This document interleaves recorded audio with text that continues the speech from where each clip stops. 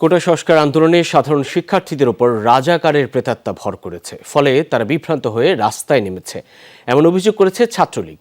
এখনও যারা আন্দোলন চালিয়ে যাচ্ছে, সময় হলে তাদের দেখে নেয়ার হুঁশিয়ারি দিয়েছে সংগঠনটির সভাপতি। ঢাকা বিশ্ববিদ্যালয়ের রাজু ভাস্কর্যের সামনে দিনভর মিছিল শেষে এক প্রতিবাদী সমাবেশে তিনি কথা বলেন। সিলন ফ্যামিলি ব্লেন্ডের কড়ালিকার আর সতেজ স্বাদের পারফেক্ট ব্লেন্ডে স্বপ্নেরা মিলুক টানা।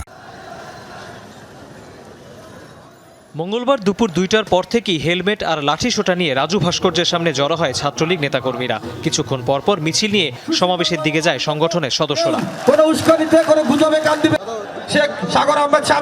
এ সময় রাজাকার বিরোধী স্লোগান দিতে থাকে ছাত্রলীগের কর্মীরা।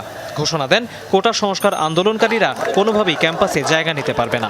তারা আন্দোলনকারী নিজেদেরকে আখ্যা দিয়ে বিভিন্ন হলে হলে গিয়ে হামলা করেছে শিক্ষার্থীদের উপর। তার প্রতিরোধে কিন্তু শিক্ষার্থীরা হল থেকে বেরিয়ে এসেছে এবং ঢাকা বিশ্ববিদ্যালয়ের আশেপাশের বিভিন্ন এলাকা থেকেও সচেতন মানুষ এসে ঢাকা বিশ্ববিদ্যালয়ের শিক্ষার্থীদের পাশে দাঁড়িয়েছে। অভিযোগ করা হয়, সোমবার কোটা সংস্কার আন্দোলনকারীরাই আগে উস্কানি দিয়েছে ছাত্রলীগ নেতাকর্মীদের। সুস্পষ্টভাবে বলতে চাই, আমরা কারোর সাথে সংঘর্ষে জড়াবো না, কিন্তু কেউ গায়ে পড়ে সংঘর্ষ জড়ালে তাকে ছাড় দেব না ইনশাল্লাহ। পরে বিকেল ৪টার দিকে সমাবেশ শুরু হয় রাজু ভাস্কর্যের সামনে। এছাড়াও জগন্নাথ বিশ্ববিদ্যালয়, ঢাকা কলেজ, ইডেন কলেজ, গার্হস্থ্য অর্থনীতি কলেজ সহ অন্যান্য প্রতিষ্ঠান থেকে নেতাকর্মীরা যোগ দিয়ে রাজাকার বিরোধী স্লোগান দিতে থাকেন। সভাপতির দাবি, কিভাবে কোটার যৌক্তিক সংস্কার হতে পারে এ নিয়ে আরও আগেই কাজ শুরু করেছে ছাত্রলীগ। বলেন, আপিল বিভাগের আদেশের পরও যারা আন্দোলনকে দীর্ঘায়িত করছেন তারা শিক্ষার্থী নন। পলিটেকনিক ইনস্টিটিউট ছাত্রলীগের সভাপতি তিনি গুলিবিদ্ধ হয়েছেন। কলাবাগান থানা ছাত্রলীগের সভাপতি তিনি গুলিবিদ্ধ হয়েছেন। এই গুলিগুলো কারা করেছে? এই গুলিগুলো কি সাধারণ শিক্ষার্থী করেছে, শান্তিপূর্ণ আন্দোলনকারী করেছে, নাকি যারা করেছে তারা হচ্ছে রাজাকারের বিবির বাচ্চারা, সব শিবির?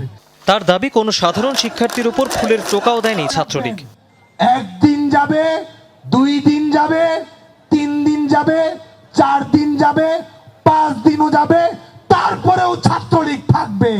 প্রধানমন্ত্রীর বক্তব্য নিয়ে আবারও যদি কোনো বিভ্রান্তি ছড়ানো হয়, ছাত্রলীগ কাউকে ছাড়বে না বলে হুঁশিয়ারি দেন সাদ্দাম। দেশপ্রেমের বড়াই বাংলাদেশ ছাত্রলীগের সামনে কখনো করতে আসবেন না।